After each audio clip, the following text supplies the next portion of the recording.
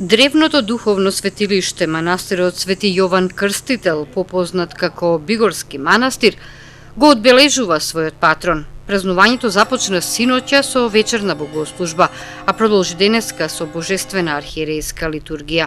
Тајната на Бигорскиот манастир се крие во жетта човекот и светот да се преобразат, да постанат нов човек и нов свет. Манастирот е изграден во 11-тиот век, а познатиот иконостас изработен во првата половина на 19-тиот век од домашни мајстори. Не случајно манастирот го носи името на последниот старозаветен пророк, кој што со својот рамноангелен живот бил совршен пример за оние кои живееле овде. Празникот од сечение на главата на Свети Јован Крстител е еден од 15-те големи христијански празници.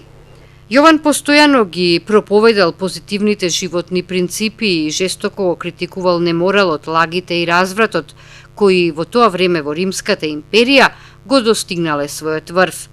Заради критиките упатувани кон управникот на Галилеја Ирод Антипа и неговата втора незаконски земена жена, Ирод го фрлил во затвор Јована, а на барање на жена му наредил да му се отсече главата.